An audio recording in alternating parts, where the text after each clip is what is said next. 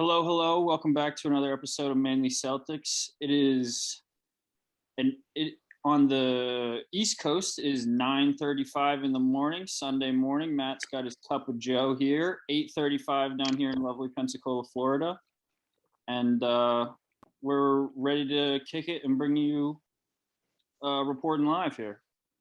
How are you, Yeah, Matt? I'm good. I went to the Sox game yesterday, so that was fun.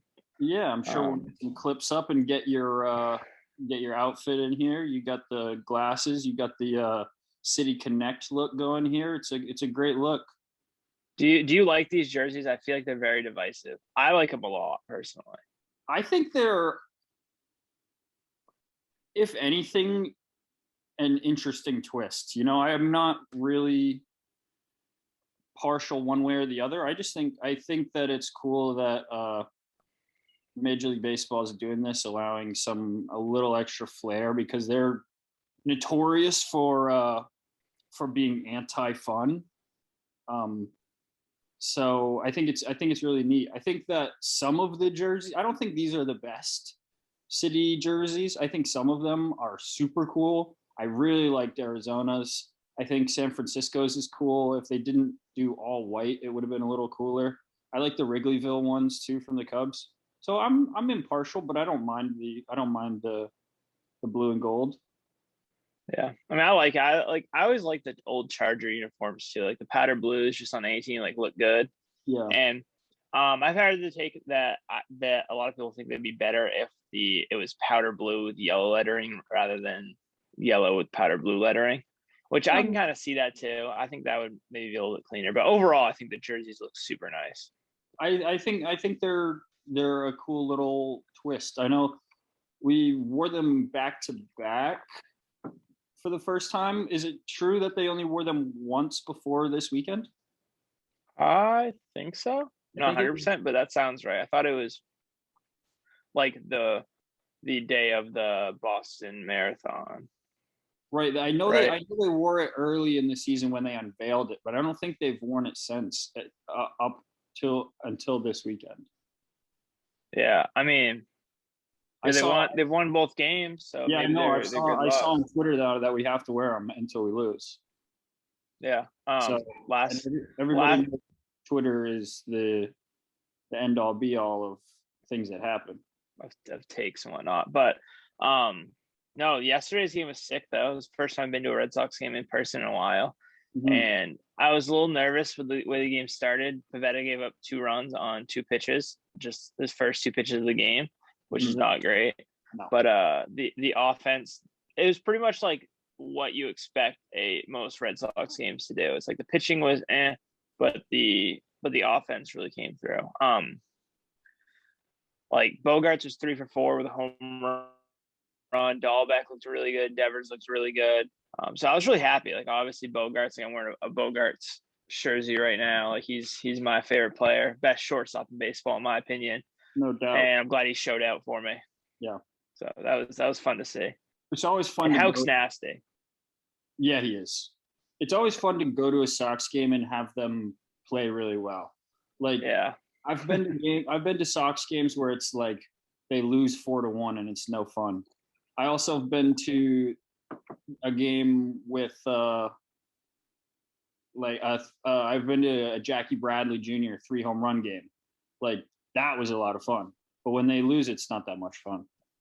Oh yeah, not at all. But No. I um think the most exciting Sox game I've ever been to. I mean, not that Jackie Bradley one was pretty sweet, but I went and saw Chris Sale have. He had 17 strikeouts in I think it was only 6 innings, so like only one out was not recorded by strikeout, and they ended up losing in extras to the Rockies, so that sucked. that's But wonderful. yeah, Yeah, the only other take I have from that game is they really Darwinzon's like the best reliever that's just also like on the edge of explosion every time. yeah, that's Like sort of he's how I good. feel. I don't think there's any argument that he's good, but any second he could just implode. And I think it sucks. I did want to see him keep working, but he was very close to on the edge of implosion. And Mhm. they brought Hauk in and Hauk kind of shut it down.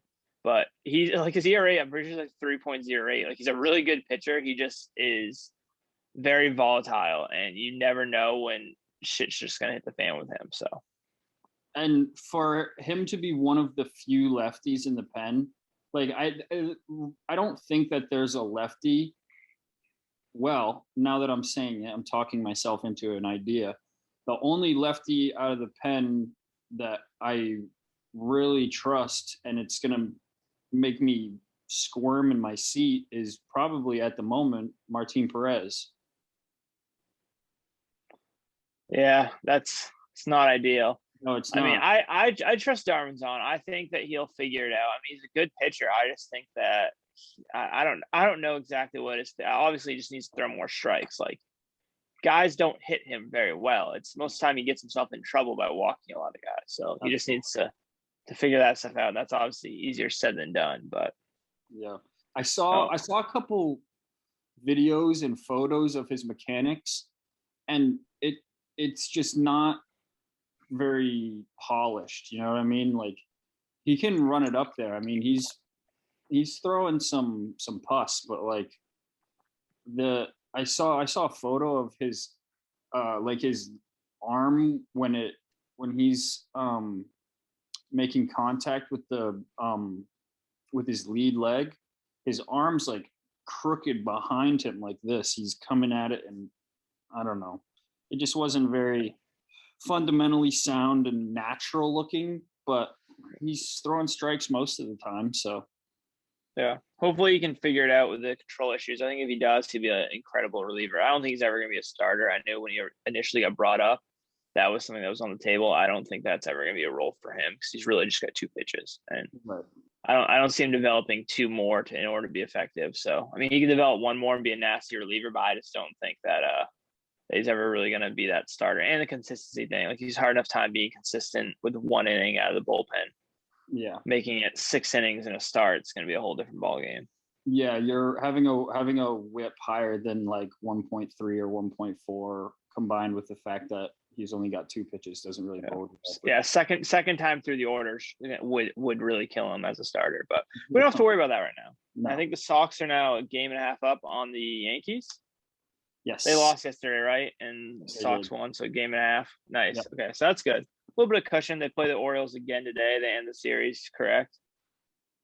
They end this series. I think they play the Orioles 3. I think they go here, then they play the Mets, and then they play the Orioles, and then the Nationals to end the season. Okay, that's pretty favorable. So hopefully they can finish the sweep today, and then I don't know, win like 2/3 of their games going forward, win every series going forward.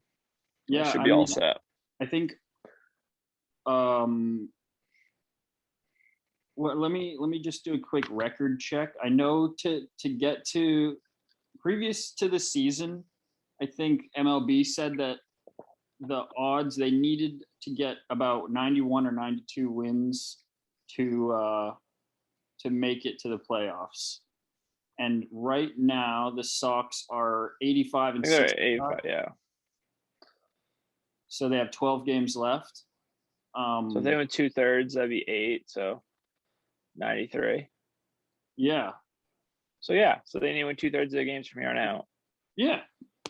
Yeah. Okay. That's not too hard. No, it's not. So hopefully the Nationals don't play spoiler at the end of the year, but certainly doable. They've won 4 straight.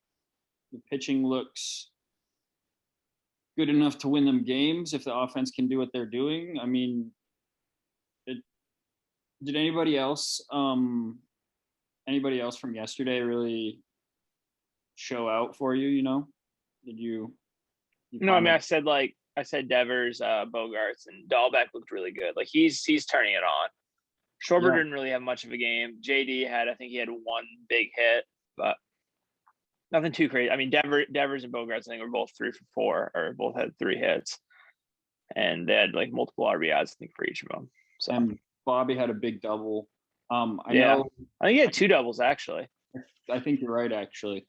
I know I saw the stat over the last 50 games, I believe Bobby Dahlbeck has a 1.019 OPS, I think. Yeah. I mean, I think coming into or after yesterday, I think he's batting like 300 in the month of September with like 12 extra base hits. Yeah, it's pretty So sweet. he's tearing the cover off the ball. So hopefully he can keep that going into October. He's put his uh, batting average. I know not a lot of people put much stock into batting average, but he's got his average up to like 245 after an abysmal start. He was hitting 210 for the longest time. So yeah, I think his splits are literally like 210 for the first half pre All Star and like 290 post All Star. So he's really turned it around this the second half. But those are all my Sox takes. If we want to start moving on to the Celtics stuff, we got Q&A today. That was a good open. Yeah, like you said, Maddie. Well, we have a Q&A. We got some great feedback from our listeners and from some fans around here. I figure we start with the questions we got from the Instagram page. Shout out Ben Knowlton. First question of the day: how good would Rob Williams be if he played 36 minutes a game? So this is obviously based around me often comparing 36 minutes to Rob's 36-minute stats to other centers around the league. But I think Rob is going to have much more opportunity this year. And I think if you were to play 36 minutes a game, he'd be probably a tier below all-star caliber player this season. I think that passing is going to continue to improve. I think that defense continue to improve. I think he's already a good rebounder. He's a great interior finisher, obviously. So I have a stat line in my head. If he was playing 36 minutes, tell me how close this is to you. 16, 9, and 4 with 2 blocks. I agree with the I'd be a little lower on the assist, maybe like 3.5. But blocks, I agree with. Points, I was a little bit lower. I think if he had played more minutes, he probably wouldn't have.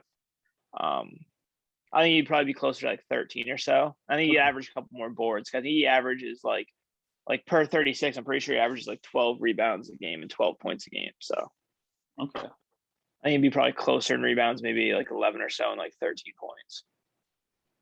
All right, but so, I don't think it's too. No, that I mean, I think from the 16 for me came from. That's only 4 lobs, 2 trips to the free throw line, and 2 jump shots. Yeah, I mean, that's something that if it can come, if he can be like Bam and consistently hit the like 12-foot jump shot, 10-foot jump shot, yeah, then he can definitely expand his offensive game, become more potent scorer. But we're gonna have to see that. I'm looking for him to add that to his game, along with obviously everything he has, improve his team defense. Obviously, he's individually he's a great rim protector. Maybe improve that perimeter defense a little bit, be a little bit more switchable. Maybe even bulk up so he can handle some of those bigger guys.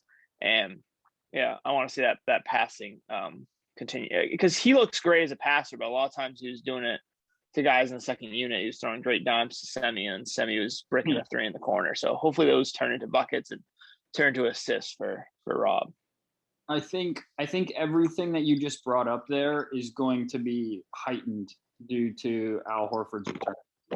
I think those two are going to go at it in practice, and I think Al is going to attack him specifically to make him tighten up his game to really have like big man battles down there. I think Al Horford is the perfect mentor for a guy like Rob to be able to change the aspects of his game, because I know Al Horford wasn't as athletic as Rob coming into the league, but he was a different player completely. I know we've talked about this before, but like Al Horford is the type of guy to come in and to kick your ass from day one and to make you really legitimately change what you have to do to become more successful in the league. And I think Al's going to be right there, stride for stride, helping him too.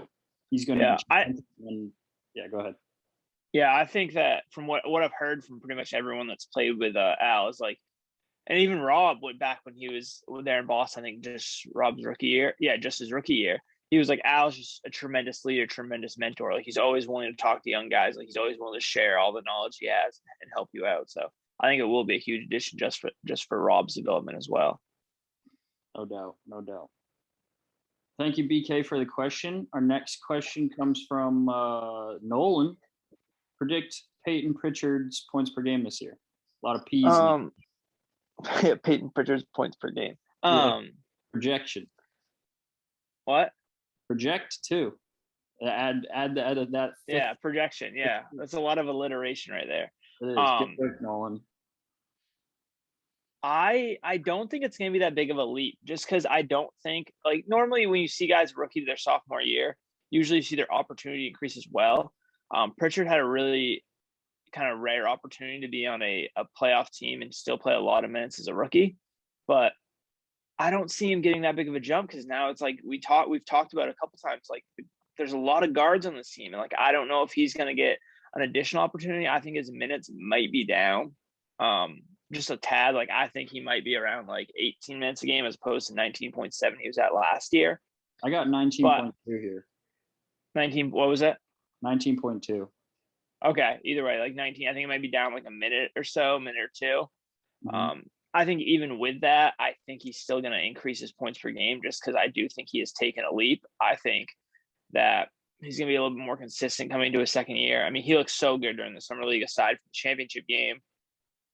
So I do think he'll be close to I'd say around 9 points per game. So I don't think it's going to be a huge leap, but I do think it's going to be definitely an increase. I think it's going to be a contribution leap too. I mean, just raw stats right here: 19.2 minutes last year in 66 games played, 7.7 points on 44% shooting from the field. I don't think that 44 changes. I think it could only go up. I had 9 points is the number I had in my head too.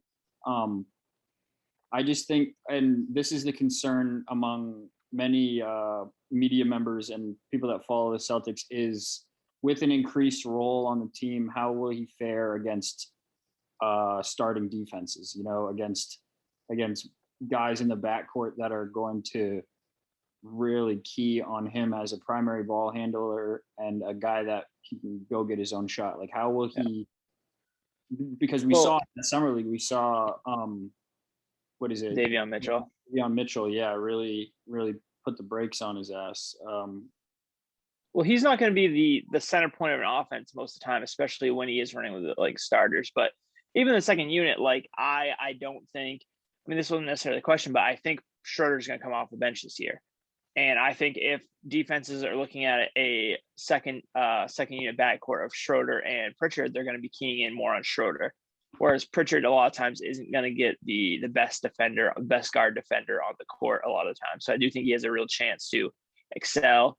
When he is playing with starters, clearly he's not going to be really keyed in on when he's playing alongside Jayson Tatum and Jaylen Brown. He'll have a lot of great opportunities for spot-up shots.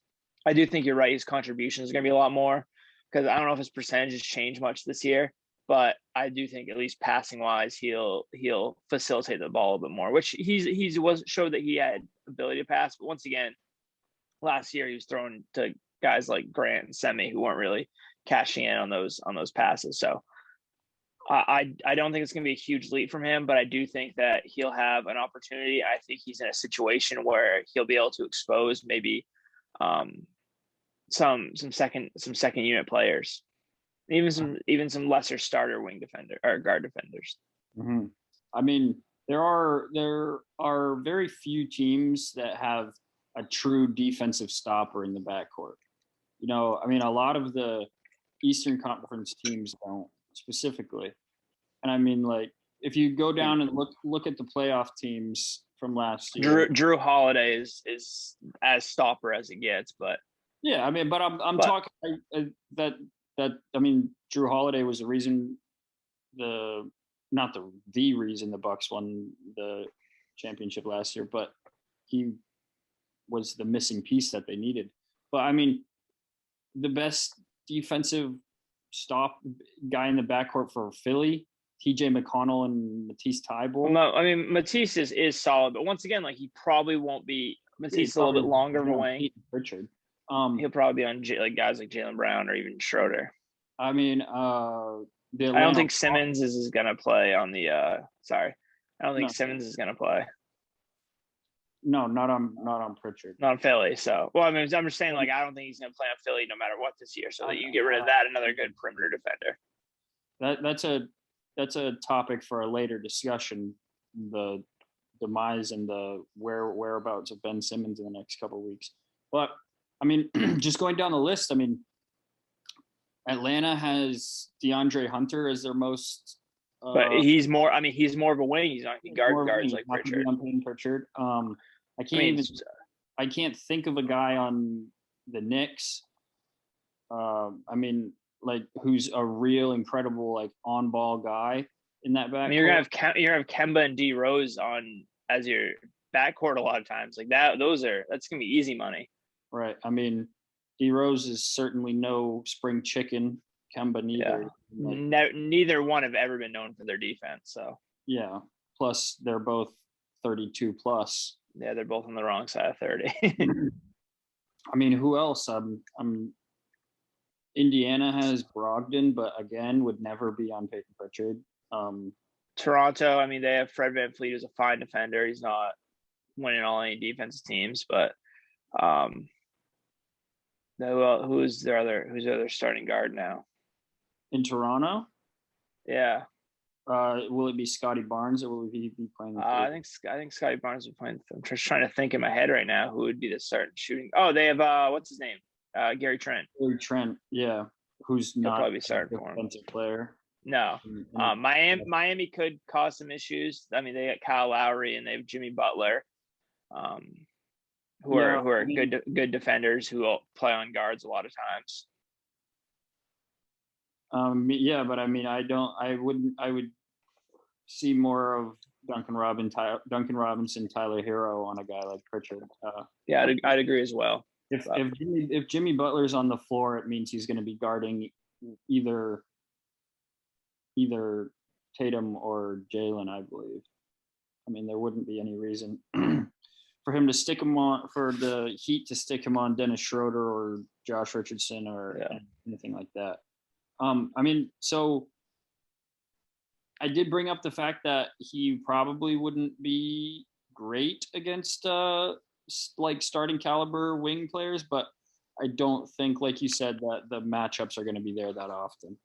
Yeah, I think he's going to be the forgotten about guy, and he's obviously a knockdown shooter. I think that's where a lot of his opportunities are going to come. More spot up opportunities. Obviously, still has the ability to create off the dribble and get his own shot. So you want to move on to some other questions? We got, I think, 4 more questions. Some of them are a little bit tied together. We start with the ones from them. Yeah. Do you have another thought on Pritchard? What is this forum you're on here? It looks like it's Discord. It's on the Trill Withers Discord.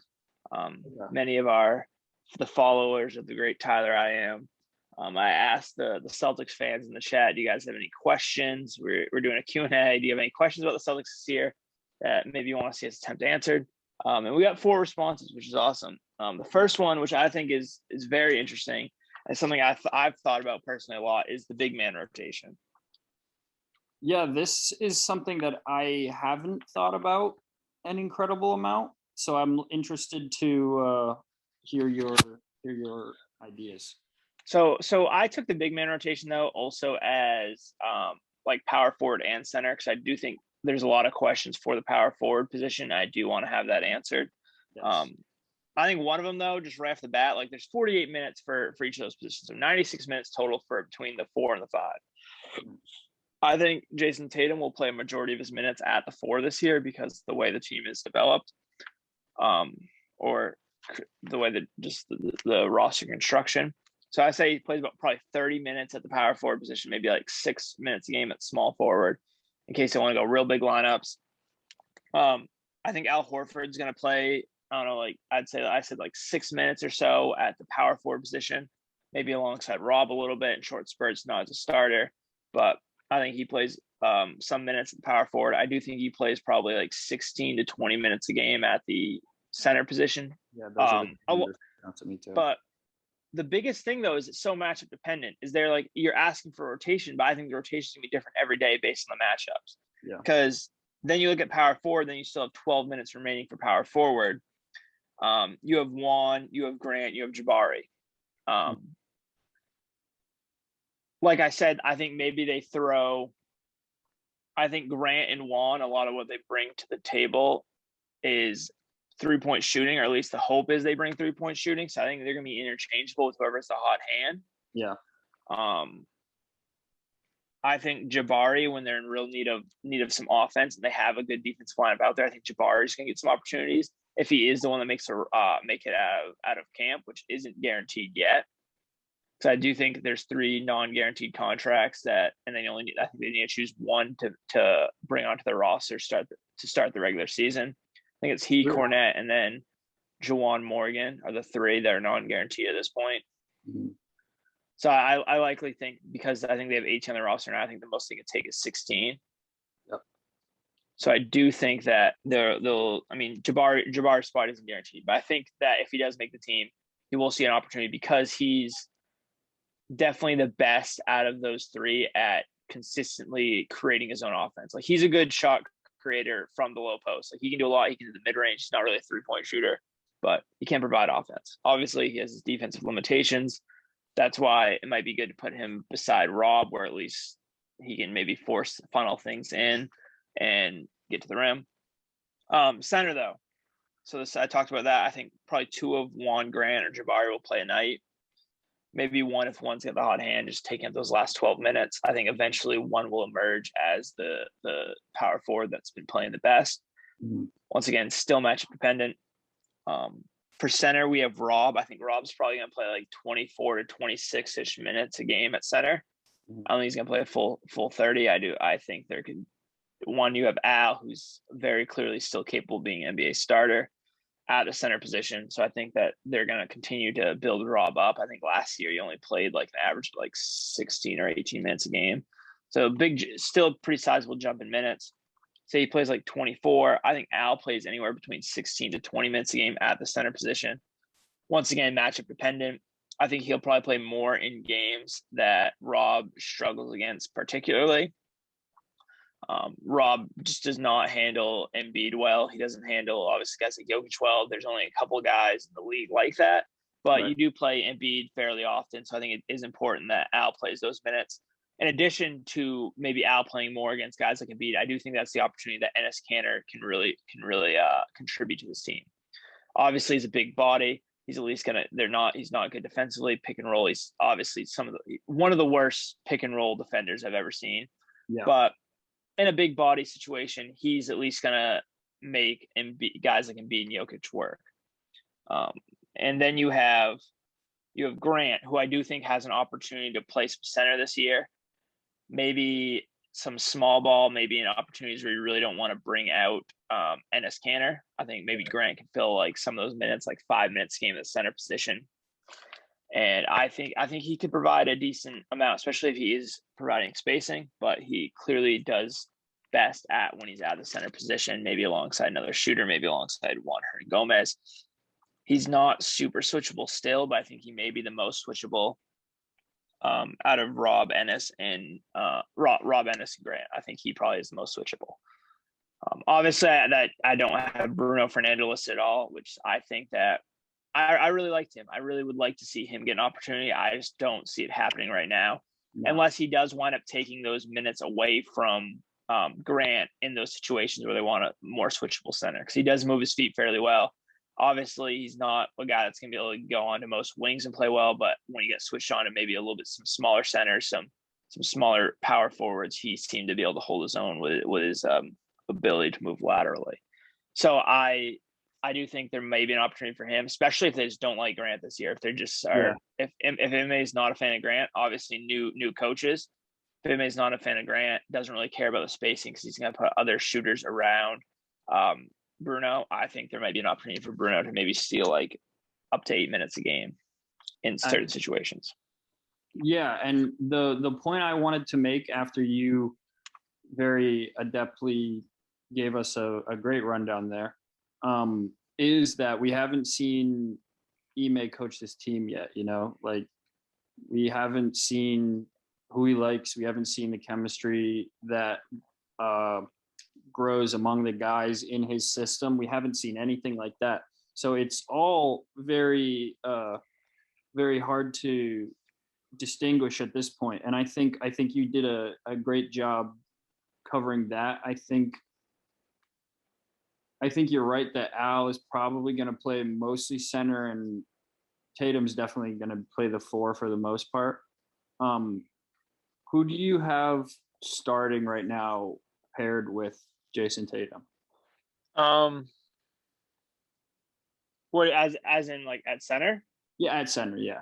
Oh, Rob. I think it's gonna be Rob for sure. I just think the upside of starting Rob, and then obviously it could be one of those situations where Al's the closing center, but I do think you want Rob going forward. I think Al's gonna be enough of a veteran to accept that, as they've obviously extended a deal to make Rob the center of the future, or at least for the time being. But either way, I think that's gonna be Rob as a starter, Al coming off the bench. Like I said, it could be Al closing lineup, especially against teams if they try and go small, or if they have a guy that Rob doesn't particularly match up well against. Al's slightly bigger body. He's, I think, 6'10", 250 as compared to Rob's like 6'8", 240. And Al's, he's been, I mean, he used to be called an Embiid stopper. I don't think he's quite at that strength and athleticism he used to be as effective against Embiid, but I think he'll still be a better option than any other big we have. No doubt. The reason I bring that up is a lot of the like roster predictions and a lot of the like lineup, I don't know, fan produced lineups that I see online have Al Horford starting in that position there. So I just wanted to get your take on it. And I agree with you. I think there's no reason to give Rob $48 million and have him not start for you.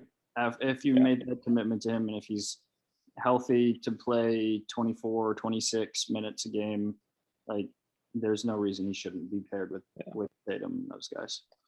And that's going to lead into a kind of another thought I have on Rob with another question. We can get right in that one. It's not necessarily in order. That one was brought to us by Wrangle. Wrangle, Discord user Wrangle. So the next one, I'm going to kind of skip around. I'm going to go to the one brought to us by Smooth Balls, Discord user Smooth Balls. Shout out Smooth Balls, nothing better, right? He talked about the Beal deal. Like how likely is that we get Brad Beal? And that's another thing is, if any, I don't think Al Horford stays on this team for more than a season. I think no matter what, whether or not it's Brad Beal, I think he and Josh Richardson are getting traded for an upgrade somewhere. I just think that's what it's going to be. Al's obviously only going to get worse from here on out. I think they gave that 1-year extension to Josh Richardson to help facilitate sign-in trades. I do think this could possibly be why Beal hasn't said anything specifically about asking for a trade. And he also hasn't I believe he has the opportunity to sign an extension, but has not yet. I think he has a player option after this year. But either way, most big contracts have the player option. So I think he's gonna decline after this year. They're gonna facilitate a sign and trade. I believe in a sign and trade scenario, he can get up to $47 million starting out per year. So that would be, obviously you need, I think Al's going to be making like 20. I think he's got a flat contract. I'm not 100% sure, but he makes like 27 mil. And I think Josh Richardson's going to make 12.4 next year. So that adds up to about almost $40 million. And you can find guys that on the roster that make like five mils, like 3 mil, just to make the money work. Maybe some of our young guys that aren't necessarily our key pieces. But in order to facilitate that trade, because I think as of right now, I think the Wizards would be asking for Jaylen Brown in any sort of trade. But if it's a sign and trade scenario, they're not really going to have the leverage to do so. So that kind of, and once again, this one's going to loop back. So I do think Al's only going to be there for a year. So I don't think taking Rob as a guy that was a starter last season, putting him on the bench for 1 year, and putting him back as a starter the next season, I don't think that's really the best thing for his development as well.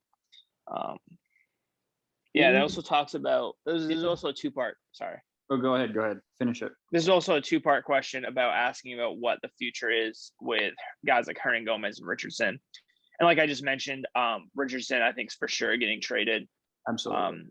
as part of any sort of deal, whether or not it's Brad Beal, whether it's maybe like Zach LaVine or another guy that can help the team. I do think Richardson will be traded after this season. And it was Hernangomez. Hernangomez was the other one. I don't see him, unless he plays well, fits a role, and wants to sign for a kind of team friendly deal. I don't see him sticking around very long either. No, and he's only on for 1 year, correct? Yeah, I believe he was only on a 1 year deal. Right.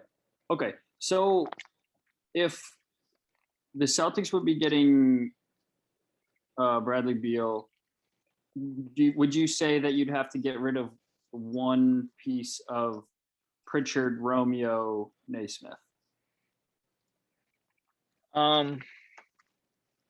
I think you'd probably get rid of Romeo. I think you could do it getting rid of like guys like Romeo and Grant, because like once again, you maybe attach some picks, but like they're doing the sign and trade, they're not going to really have any leverage in this scenario. I think you'd probably attach like 1 or 2 first round picks. Yeah. And make them be happy with Romeo and Grant and some picks, and maybe start just to help start their rebuild. So I really don't know. Yeah, obviously it's a terrible deal for Washington, but it's either Beal does that or he signs a 1 year deal somewhere else and then tries to go to facilitate a trade to Boston. But either way, I think if he's gone, I don't think they're going to try to play hard to get. Maybe they do have to give up a guy like Nesmith. I really hope not, or Pritchard. I really think Nesmith, just because of age and what I've seen so far and his skill set, I think I'd rather keep Nesmith right now over any of those other 2 guys. Really? Yeah, just because, like over you said, Pritchard. like, yeah, I mean, Pritchard's, I think, 25 years old, or 24 years old. I think he's 23, 24. I think he's only a couple months older than me. Yeah, so I think, but that's Nesmith is 21. Yeah. So he's a couple years younger. He's a wing that looks to be a real guy, a real 3-and-D player, like legit, like 3-and-D, like can shoot 40% while also playing above average defense, rebounding the ball. And a guy that's a just tenacious player, and I think that provides more value than finding a smaller guard that is a fine defender that can shoot threes. Like, I think you can find that a lot easier than you can find a guy like Aaron Nesmith, especially at the age difference is really also it really kind of gives way to their ceiling. Obviously, after this season, maybe have a different opinion. If Pritchard takes a big leap and Nesmith kind of looks like he hasn't, then maybe I switch my tone on that. But as of right now, I think Nesmith is of more value as an asset right now to the Celtics. Fair enough. Give me a percentage on you thinking Bradley Beal comes to the Celtics next year. I think it's about I'd say it's 50-50 right down the middle. I was guessing you would say 60, because 60 is where my head is at. I wanted to say 67, but I was like, that feels a little too high. But yeah. I think 50-50 is pretty fair. Just because I do think 50% chance that he comes, then there's also like the chance that, okay, maybe we don't trade for him specifically, but we trade for someone else of maybe a slightly lesser caliber. Or maybe we don't do anything at all. Maybe we just trade Al for one piece and Richardson for one piece. So there's a lot to be determined, but I just think that there's too much that could happen between now and next year for me to be more confident than like 50-50. Yeah, absolutely. Maybe leading into our next question, maybe we get interested in Dennis Schroeder for another couple of years and get him on a cheaper contract, and move Al for a guy, not a Bradley Beal type, but another contributor. Keep Schroeder around for a little bit. What are your expectations for Dennis Schroeder this year? Who's this question from, by the way? Sorry. This is from Colonel Magoo. Colonel Magoo. Some great names. So I think that he has a lot to prove this year. Yeah. I think he's really trying to obviously rebuild his value because he lost out on $70-something million last year. Right. good chance we sell high on him on the deadline. If he's playing really well, the Celtics are maybe in a five or six seed again, and Pritchard's playing well, but he's getting capped for minutes. And they feel confident that going forward that they can still be a competitor, and they think the Brad Beal's in their back pocket for next season. Maybe they sell high, get a young piece that can help them later on. Maybe even get a pick or something for him, a first-round pick. Right. For a team that really is desperate to have a point guard because maybe something happens or maybe they don't have a point guard to begin with. So I think there's a good chance we sell high on him. I have very little hope or very little expectation that he signs next year with us. So I do think, like you said, I don't think he's going to pass up an opportunity. Maybe he doesn't go for $80 million next year, but maybe he tries to go for 4 for 60. Maybe he just tries to sign a bigger deal with some financial security. I don't think the Celtics are going to take him back on any big sort of deals unless we completely strike out in the sign and trade market. But even then, I don't think necessarily he's the best fit beside a guy like Marcus Smart. Just neither of them are plus shooters, and you don't want to have really that as your future backcourt.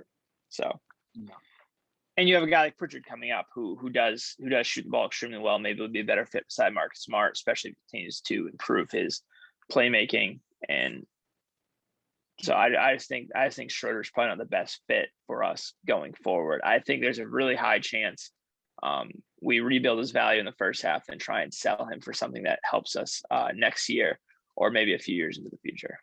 So what does that value look like? What would be like the selling point on Schroeder if he comes out and scores what? If he scores 15, 18 a night? If he's getting like 15 a night and like averaging like 6 or so assists, being effective, maybe he gets hot from 3, maybe he's shooting league average from 3. Yeah. Maybe you do get a team. I'm trying to think of a playoff team that's in desperate need of a point guard right now, or a team that projects to be a playoff team. Maybe a team. Denver. Denver's got Jamal coming back. He'll be back. He'll be back this season. They would be pretty lethal with Schroeder coming off the bench there. I mean, I think Denver would be a good fit. Yeah, maybe you're right. Maybe they want Schroeder as a 6-man to play in some of their. They need a guy like Schroeder to kind of bolster their bench unit, and they're willing to sell us a first-round pick, a future first, or maybe they're willing to sell us. I'm trying to think of any of their young players they still have left because I know they gave up a lot during the. All I can think of is bowl, but that's not happening. Yeah, but maybe they give us one of their young, kind of promising pieces. I think probably a first-round pick would be of more value, and then we can use that first-round pick maybe later on to help flip it and set a later deal for Beal. But I do think there's a good chance we sell high on him. I really don't like. Who else could use some point guard depth? Phoenix, maybe, if Campaign isn't the monster he was in the playoffs.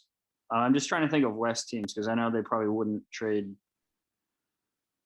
I mean, they could trade in the East. I mean, even the Clippers. Like the Clippers only have really Reggie Jackson, right? Yeah, Pat Bev's gone. Yeah, so it's like maybe they need another guy off the bench. Maybe they're playing surprisingly well without Kawhi. Maybe Kawhi is looking to get back before playoffs start. They want to make a playoff run. So maybe, I mean, those are some options. Portland. I can't think of anyone on the Clippers right now. I mean, Portland.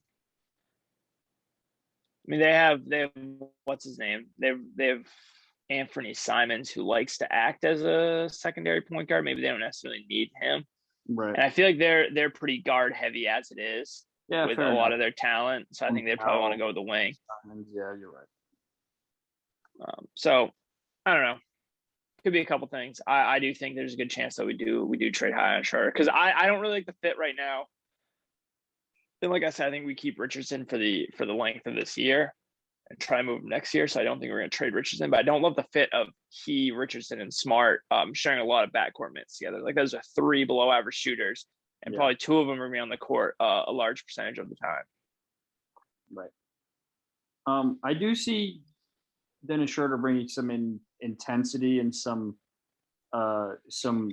extra grit to this lineup. That, I mean, Kemba was intense, but I don't think the intensity was conveyed to maybe the defensive end, to like going on these runs that win games, like being able to I mean, Kemba's a guy that can go up and put 6-8 points up by himself in a run.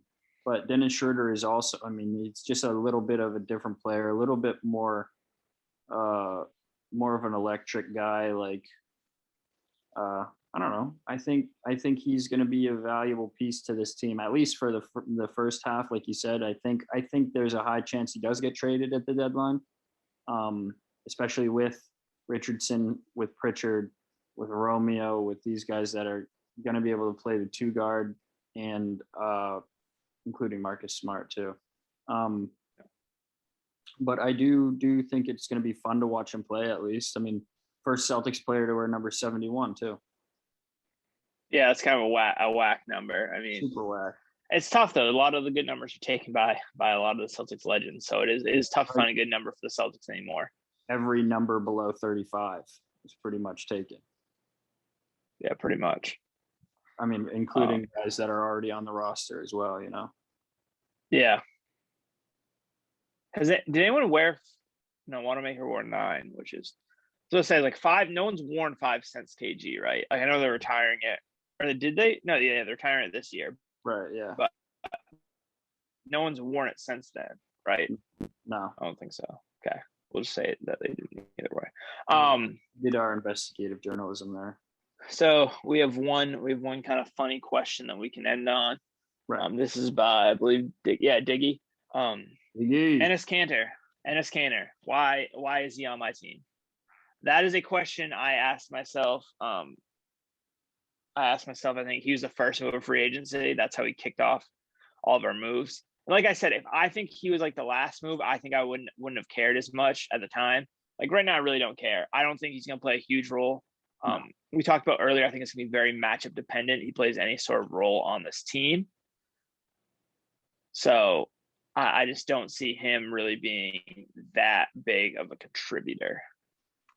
So I don't really think it matters a whole lot. Correct me if I'm wrong, but I believe we got a little bit of sign and trade money from signing Kanter. I mean, we got a little trade exception from Kanter. We didn't trade anything for him. He was a free agent.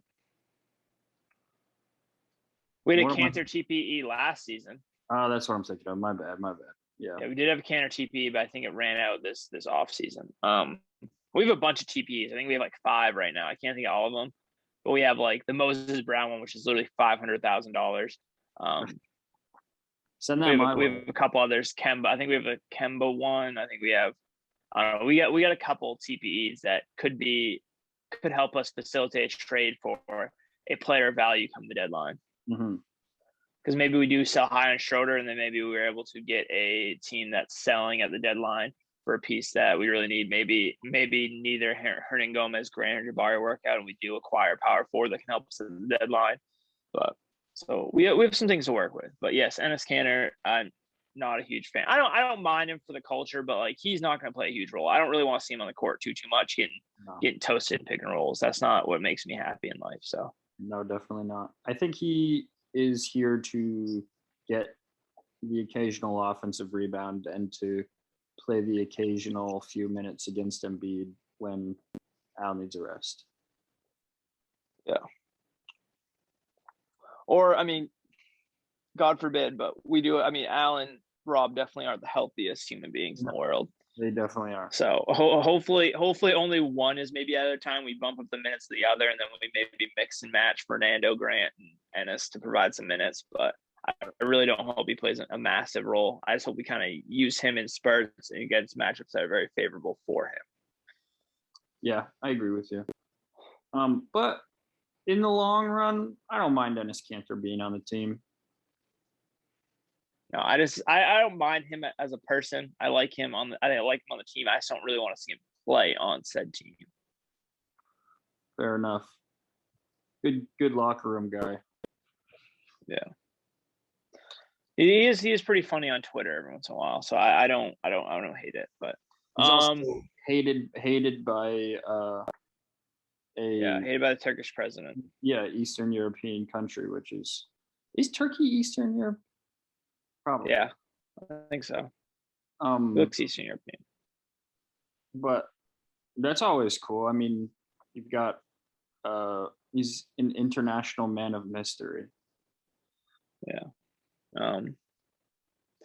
I mean, that stuff goes by like that's a whole heap of stuff that with him and the Turkish government. Yeah, I wouldn't want the Turkish government. I definitely I definitely think I take his side in the matter. I think they're pretty messed up over there, but hopefully that wasn't too hot of a take right there. But I don't think so. Okay, well that is all the questions we have. Do you have anything else, Emery? I don't. It's football Sunday. Got anything? Yeah, I don't. Has DeAndre Swift been for sure given a go? I think he was ruled out yesterday. Was he really? Damn. He was questionable all day yesterday. I was checking. I'm going to take him out of my lineup ASAP because I don't know which league I have him in. I think I have him in 2 leagues. I have too many leagues. Still questionable. But even if he's questionable, I have to pull him, dude, because he's the Monday night game. Like, I can't wait and have everyone play the games and then him just not play. I can't just eat a roster spot. Detroit Free Press reports the running back is expected to be available for the primetime matchup. I know, but if it's still questionable, it's like I don't want to risk it. I want to play like one series either and quit. So I might just. I did that with Fournette a few years ago, dude. I played Fournette every single week. He was questionable. He'd play like 2 series, and then he'd be like, "Oh yeah, I'm hurt again." Yeah. Logged a full practice yesterday after being limited all week. Yeah, so is that not? What do you think, fantasy expert Emery Densmore? I bet he plays. They're playing the Packers, though. I think they're probably. Let me take. Are you which you're talking in the Dynasty League? I don't know which league I have him in, dude. I have 5 leagues. I can't remember which one I have him in. I think it's honestly like not a league I play with you in. I think I have him in a different league. I'm in too many leagues. Next year I'm capping myself at 3 leagues. 3 leagues is the correct number. Let me look because I don't think you have him in. I'm playing you. No, I think I have Jamal Williams in one, but I don't think I have DeAndre. Yeah, I'm playing you in our dynasty this week. So you just need to make sure you're not what is it? Boning yourself, I guess is the word I'll use. Yeah, you don't have him in any of the leagues I'm with you. Cool. So you can tell me the information. What do you think? I think I'm gonna sit him. I think I'm gonna do it. Sorry. That's all right. That's my yeah. It's just it always screws me whenever I do that. I had a rule like no matter what, guys were game time decisions, I'd always sit them no matter what. It hurt me a lot of times, but a lot of times it helped me. So you got to think you're playing less than 100% if you're a game time decision. So right. Occasionally, guys will like just have 2 touchdowns or some shit. Yeah, I'm playing against him in the ESPN league. Lucian's got him. So hopefully it does come back to bite him. But he was hopefully starts and then he plays 1 series and quits. He was pretty big in the pass game last week. So yeah, it's him and well, I mean, and they do have a guy that's more of a typical third down back, Jamal Williams. So maybe they'll try and rest him on those passing situations a little bit more, just to like try and save him going forward. Yeah, I mean he is outside of TJ Hawkinson far and away their best player. So I mean, honestly though, the Packers might stalk, dude. So it might just be like in a competitive game and they might need him. Fair enough. So okay. Well, you want to pick the song for this week? Sure. I want to do Man Eater by Nelly Furtado. Man Eater by Nelly Furtado. Okay. It's been one of my big songs this week in rotation. Actually, the last couple weeks. It's my shower song. Nice, proud of you. Oh, yeah. Okay. So, any other closing thoughts? I don't think so. Good luck this week. I play you in the Dynasty. You do, yeah, dude. Dynasty's tough, dude. I have so many players on my team. I can't even like. It's a little overwhelming. I'm not good. I don't even know how to like really like make trades or like even add and drop players is difficult for me. I still haven't figured out that format of the sleeper league. I want more roster spots. I know you do. You keep complaining about that. It's very evident. Okay. Well, best of luck to you as well. What's up? Best of luck to you as well this week in fantasy. Yeah, I'm sure we'll be keeping up over the afternoon. What's happening? Yeah. Hopefully my team shows out again. Like all my teams popped off last week. I lost one game, but out of my 5 leagues. But even like the game I lost, like I still put up some numbies. Yeah, you did. You I lost scored some once. No, I won. Oh, you I did? won that one. Yeah, you didn't see they stat corrected again. Did they really? Yeah, so I won by stat. I won. They stat corrected. Bronson won, and they stat corrected again, and I won again. That's crazy. So yeah, I wound up winning that. I put up 3 different leagues in PPR. I'm in 3 different PPR. I'm in 4 PPR leagues. 3 of them I put up 170. That's pretty crazy. Or more. One of them I put up like 186. Jeez. So like my teams are just wagons this year. So I'd watch out for me. I'd definitely be upset if I don't win money at least one of the leagues this year. Yeah, I mean, you probably got a pretty healthy, pretty penny.